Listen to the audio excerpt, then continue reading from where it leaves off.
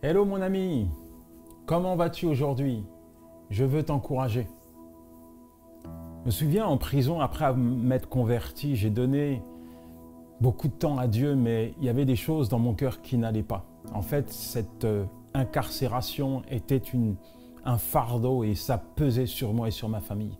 Alors Dieu m'a demandé de faire une chose, c'est celle-ci. Il m'a dit, Yanis, prends soin de ton âme. Ce que Dieu était en train de me dire, c'est passe du temps dans la prière, passe du temps avec ma parole, afin de nourrir ton âme et d'être stable. C'est la même chose pour vous. Quand on regarde l'actualité troublante avec cette pandémie, ce confinement, on ne peut que être intoxiqué par tout ce qui se passe.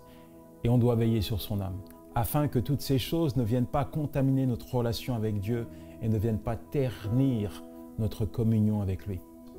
Est-ce que tu prends soin de ton âme? La Bible regorge de paroles bienfaisantes.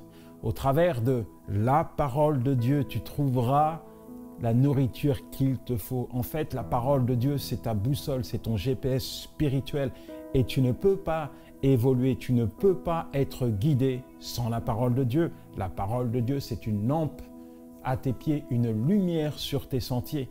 La parole de Dieu produira une multitude de choses dans ta vie et tu en porteras le fruit. Et la Bible dit dans Josué 1, verset 8, que ce livre de la loi ne s'éloigne pas de ta bouche, médite-le jour et nuit pour agir fidèlement selon tout ce qui est écrit. Un bon conseil, mon ami, à partir de maintenant, ne sois plus jamais négligent vis-à-vis de toi-même. Nourris ton âme, abreuve ton âme avec la parole de Dieu.